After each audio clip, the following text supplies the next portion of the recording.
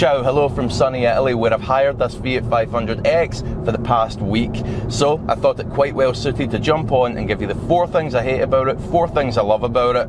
Now this video is not going to be an exact science with specific facts and figures, but it's going to be very real world. Let's get into it.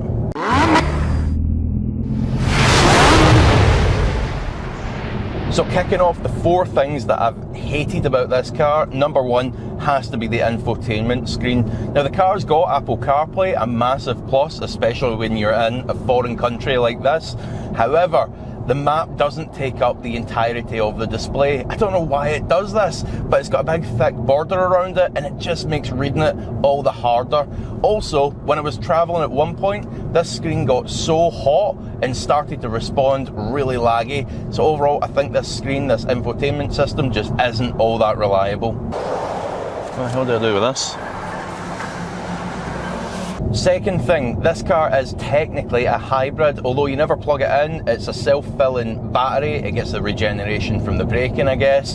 However, the whole drivetrain is just a little bit compromised by it. The car can sometimes get a little bit confused between whether it should be using electricity, engine, or both. So when the engine does cut in occasionally, it feels quite jarring. It's not the smoothest of transitions. Make sure on the test drive when you go and see one of these, you're quite happy with that. Otherwise, just have a look at a petrol or diesel alternative. Third thing I hate about the Fiat 500X, some of the materials are just a little bit on the cheap side. Now down low, some of it's quite scratchy and not very nice at all. Higher up in the cabin, things do improve a little bit, but you can still tell it's built to a cost, not just by the feel of the materials, but some of the controls as well. The indicator stalks, the door handles and stuff, just all feel a little bit on the cheap side. Now the 4th thing is this massive gear stick.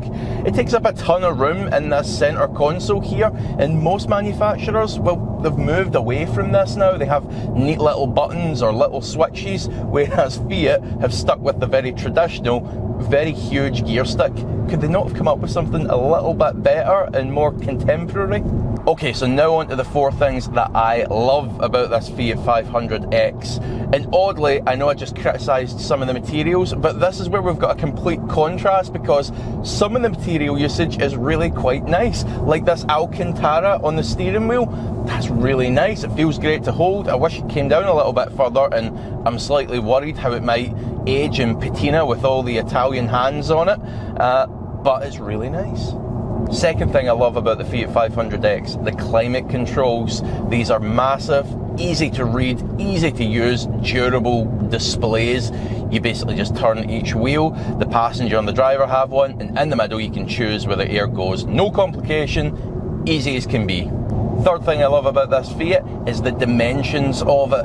Now we've been staying in Modena, Italy, a really tight, historic town, so obviously the city streets, the parking has been an absolute nightmare, but this car still remains compact enough that we could get through those streets and park without a problem 90% of the time. Meanwhile, we can still fit our big cases in the back.